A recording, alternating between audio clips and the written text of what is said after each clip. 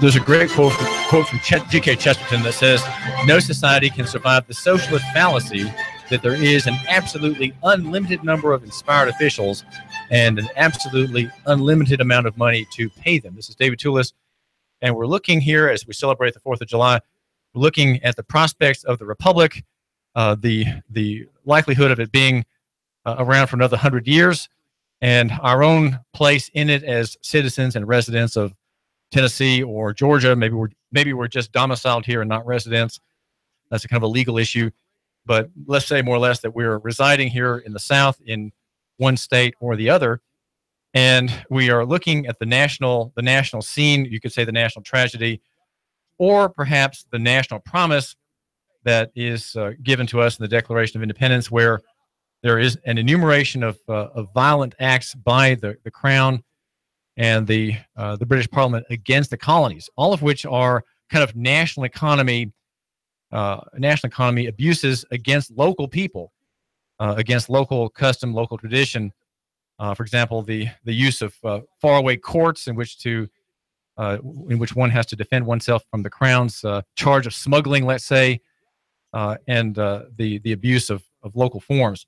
This is David Tulis, and we're trying to figure out what the local answers are, what your answers could be in the face of national decline, in what I call, or during the time that I call the Republic in twilight. That is to say, the last part of a great republic that was founded on ideals that have been marked into the forms of government, into the Constitution, but which ideals and which forms and which customs have been overwhelmed by the moneyed interests, if you will, leaving just the form. And in fact, we don't have a Republican form of government. We have unitary, national, and consolidated government of the kind that the South opposed, and which Alexander Stephens, in his famous book, it's a school book actually, The History of the United States, he says is the same failing of Rome.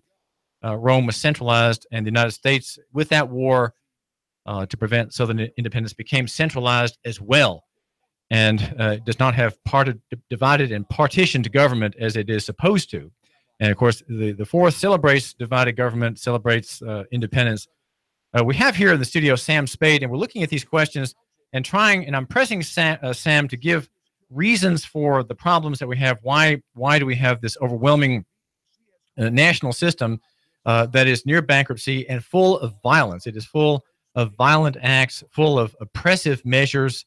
There's a bill in the Congress now to regulate cryptocurrencies and to sniff further your underwear in your financial dealings. Sam, what is your prognosis overall for the federal republic that whose founding we're celebrating tomorrow? Well, the big problem that I see coming up for those that want to control our world from Washington is that the primary way they do this is by printing money. It's through the dollar. They force us to use the dollar because they control the banking system, and the banking system will only take dollars if you want to buy something remotely.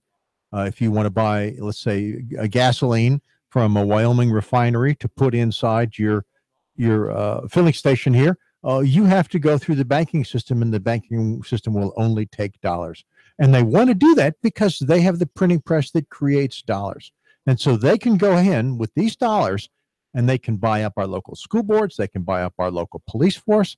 They can buy up our city hall. They can put money into any infrastructure that we have here. That's the way they buy up things. And so you've distorted things so severely, both in an economic and a political sense, that it's hard to conceive of a world in which this is not going on. Unfortunately, I think we're going to wind up being forced to conceive of this world in the not too distant future because the debt bubble is about to burst. And when that happens, the dollar is going to die. And the question is, what's going to replace it in terms of money? Now, the federal government's going to want to have a new dollar they're going to want to shove on us. Are we going to take it, or are we going to try and use a local alternative? Are there viable alternatives to the new dollar that comes after the meltdown? Oh, I believe there are many, many local alternatives that are viable, and I believe the government is going to do everything it can to stop those now and in the future. Gold and silver are two local viable alternatives. Bitcoin and cryptocurrencies are another form of local alternative that allows you to conduct remote commerce without banks. That's what makes Bitcoin so valuable. People poo-poo it because they say, well, I don't understand it, and there I don't for don't believe it and I don't want anything to do with it. But if you want to buy your tanker of gasoline and bring it in from Wyoming to your little gas station here, and you don't want to use the banks, there's really only one way you can do it right now, and that's with Bitcoin. So, you can't do it with gold unless you get somebody to take the gold for you out to Wyoming, and that's kind of problematic. You may not. You have to hire a courier for that. Exactly, you have to hire a courier. Take it by FedEx. And then you're using a third party, and the banks are probably going to find some way to step in and stop you and force you to use them instead. So, the monetary interests, once they got the ability to print money, once they got the ability to control that commercial network that we have to use to survive and to function in a non-tribal sense, in a civilized type of sense with a complex society. Once they got that, they had us. They're losing that, and we need to be ready to move in and take over with something else. Well, back in the 19th century, Sam Spade, there were probably 8 or 9 separate currencies that circulated in Chattanooga from various banks. Yes, there were. And that's in fact, it's not just in Chattanooga, but Chattanooga is a good example. What would happen is the bank would take in specie, the dollar, in silver or gold, either one. They would take in metal, and that would be their backing. And they would turn around and print banknotes. They're still called banknotes. They would print banknotes for their bank, promising you to pay gold and silver to you if you presented that note. So in other words, that note is used in commerce, let's say to buy a piece of real estate, and you want to unload the paper because it's just a promise, and you want to attach yourself to the real asset, which is the money held on reserve. You go to the bank and say, here's a $500 banknote. I would like to have $500, and the bank would give you silver coins or gold coins to the equivalent of $500. Exactly. And the reason the banks were able to get away with this is because most people didn't want to bother with dealing with the weight of the coins, and so would leave them in the bank and simply hold the dollars. And the bank knew that, and so they could print 4 or 5 or 6 or 10 pieces of paper for every piece of gold they had in their bank. What kind of banking is that called? That's fractional reserve banking, and it is a method by which banks back then actually created money. Literally, you could see them. They had printing presses that printed their banknotes. We're not doing that today, are we, Sam? We are, but only at a higher level. And this is an important point. The bankers had problems with this because people didn't trust their money. They kept going belly up. Banknotes weren't accepted. They lost their value when you went very far. So the bankers got together and said, listen, let's create a Federal Reserve, which prints national banknotes based on national gold stocks. And then we can get everybody to use these national notes. And the Federal Reserve will be the lender of last resort. So if we start to go belly up, they'll just print some more money and loan it to us, and we won't go belly up. And the net result is that all of the problems that existed before the Federal Reserve at the local level and were tolerable because a local bank would go under, and there are other local banks that will continue to function. Now all these problems at the national level, and that's why the crisis is so serious.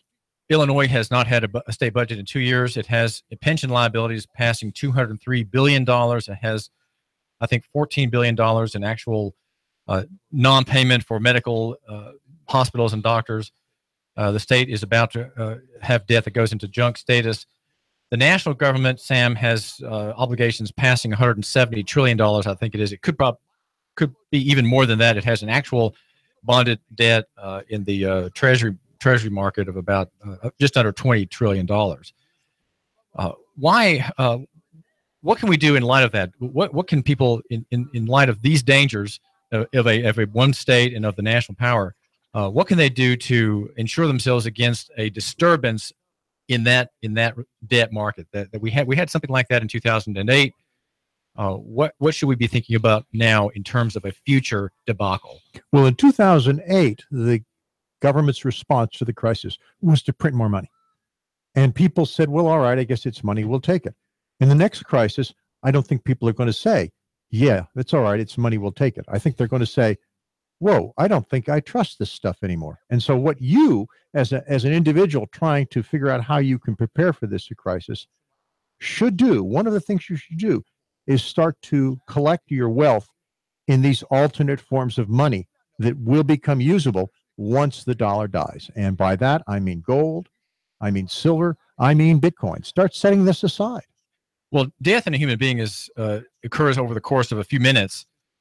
when you say the dollar dies, how long a transition period is that from the dollar being a living, useful medium of exchange to one that is disregarded by all? How long a process is It that? and I don't know the answer to that, but I do know examples that have come in the past.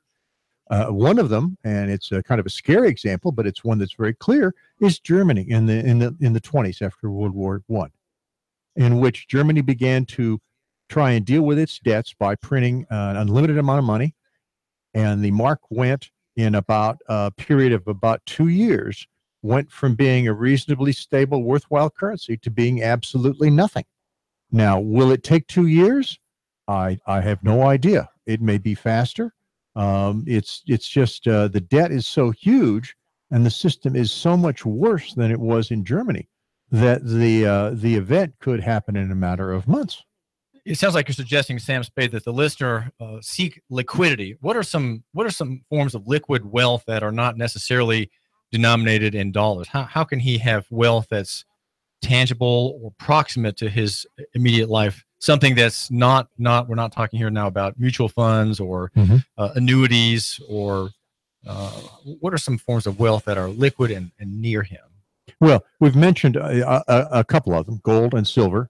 And cryptocurrencies. I know there's a lot of argument about that, but I believe Bitcoin falls into that class.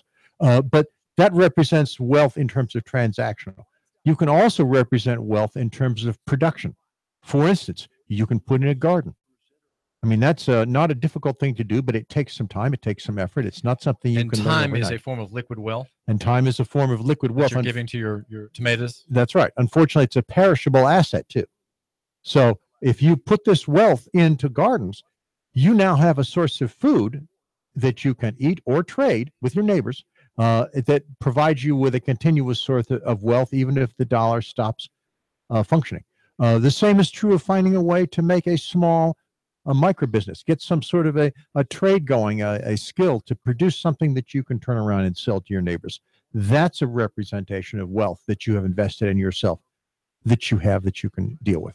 What about my listener and his children? How can he think in terms of a prospective economic debacle in their regard, Sam? Well, it's not directly related, I think, to this subject, but it is very important. And that is the fact that if we don't control how our children perceive the world, when the next generation comes, there will be nobody who understands what's really going on.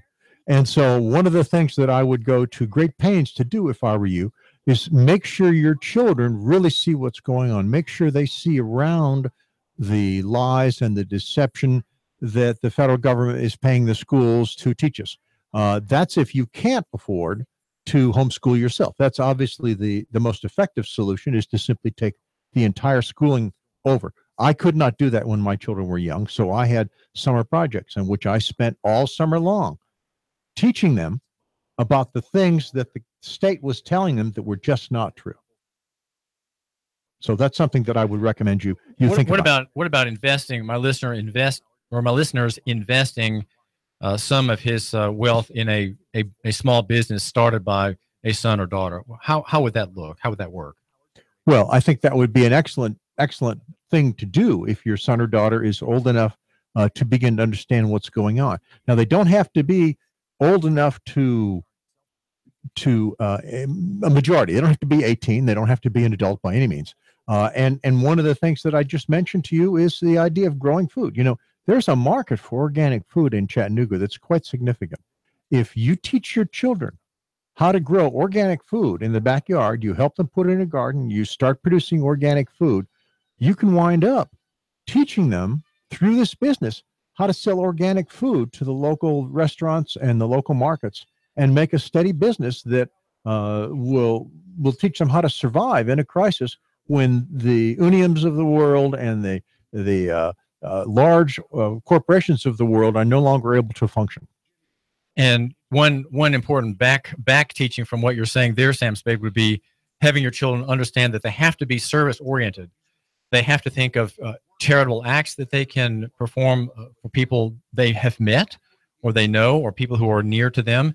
And of course, the idea of entrepreneurship fits right in with that, looking out for the other, because if you see a need, you can say, well, wait a minute, there's a need here. People are wanting drinks in a certain location. They're wanting quick hot meals in a certain location. I can provide that. And so the young person has to be taught to think in terms of what other people's problems and wants are, and how he might have the resources to meet that particular want, given his knowledge of the situation. Yes, I think you have talked about this on other shows, and I very effectively in your discussion, and that is that the first step in starting a business is to satisfy somebody else's need. It's not to look inwards and say, how can I make a lot of money? It's to look outward and say, what does this man need in his life, or a woman need in his life that they don't have and would pay something for? And then is there some way I can find resources to get this and to supply that to them? And I think my listener needs to take this suggestion. Your son or daughter can gain that insight by being trained to ask questions. Just ask questions about people. Say, how are you doing? How's your life? What are your problems? What can I do for you? What's this? What's that? Just asking. People love to talk about themselves. They love to talk about their needs. Americans are great at unburdening their souls to strangers. I have many people unburden their souls to me. So yeah, I know I've been meaning to talk to you, actually. So after the show. So I know that if my listener, just train your child to ask questions, but of course you have to do that too. You have to ask questions of people. What's your situation? Who are you? Where are you from? How did you get here? People love to talk about themselves, and pretty soon you can find out where a need is by, again, a personal need that you, my listener, can feel in someone's life, or your son or daughter can feel. And by training themselves to ask questions, to care about other people, I think that's a gift in Christianity to be able to do that. But regardless of that, training to ask questions, training to care about other people, that generates a small business opportunity. And first, you're doing this good thing just in charity. It's just a gift to someone. But then you see, well, wait a minute, there's someone else has the same need. Maybe I can charge that other person to walk their dog, or to do some household favors for that soul. Exactly. And there's so many of the things you can do besides, I mentioned food, but of course, dog walking is another, doing the lawn is another, helping people fix up their yards and their garden is another. I'm old. I don't have the energy to work on my yard, but I sure would like to have somebody come by and say, hey, I'll fix up your yard for you. I would be glad to pay that. I have the money to pay that. Yeah, so there's an example. The listener's son walking by a business and saying, man, that business its parking lot is always full of grubs and leaves and piece of trash. Doesn't that man have time to fix it up? So he could just go in there and say, sir, I've got a broom right here. Would you mind if I took care of you? It might make your place look a little neater. And so for the first time, he does it without even talking about the money, and just does that man a favor. And that man for sure is going to call that young person back and say, listen, you've done a great job for me. Let me pay you to do it again. And I've got some things in the stockroom that need some care. You're actually, we're dancing around, I think, one of the major concepts here, which is networking. Not only do you have to learn what other people need and want, but you have to meet these other people. You have to network with them. You have to find out where they are. And so having networks is one of the first steps, and learning how to establish networks, how to work with people in networks to find out what their needs are. Just walking up and down the street and talking to your neighbors is a form of networking. And if your children do this right there without having any transportation, they can find out what their neighbors need. We're talking with Sam Spade. This is David Tulis. We're here at Nooga Radio. Sam, in the short analysis, give me a yay or nay. The future of the Federal Republic, yay or nay? Not in the form it is in now. So that's at all. No. All right. The prospect from our listener and local economy making a go of it in the future, yay or nay? Very good. Very high. And constitutional government, is it going to survive? Well, that's a big maybe. I'll say nay. But on the other hand, the individual listener who asserts his constitutional rights will always be rewarded by a yielding of the state actor. If you, my listener, we say all these bleak things, but we're not denying the fact that if you just say no, you're not going to search my car. No, I'm not answering your questions. No, you don't have authority. Or, sir, show your authority. State your authority. These are the kinds of answers that a free people will give. A subservient, fearful, anxious people will not ever stand for their rights. But free-minded people who love God, who are confident in his mercies, and who are confident in the laws behind them, and who believe in constitutional rights, even though we don't have a constitutional republic, they can assert their rights and push back false claims of jurisdiction against them.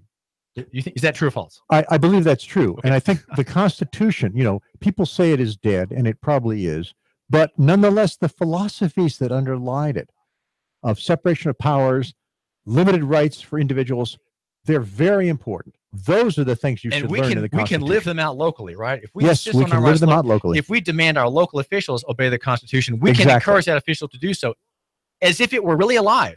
Exactly. That is right. So we have a positive report, Sam Spade. Is that right? A Yes, report? positive, very positive. I need to talk to you about my problems after the show. Okay. Sam, thanks for joining us. Thank you. Sam Spade is a local free market notable and defender. This is David Tulis. We have a very positive analysis here on the 4th of July. Even though the Republic is at an end, we don't have to. There's a complex picture here, okay? And so I trust you will tune in again tomorrow. David Tulis, every morning here at 9 o'clock, Nooga Radio 92.7. Brought to you by Clay Whitaker, the best attorney in town. And also Dahlia's. Eat out at Dahlia's today or tomorrow. Well, today. Nooga Radio, AM 1240, 92.7 FM.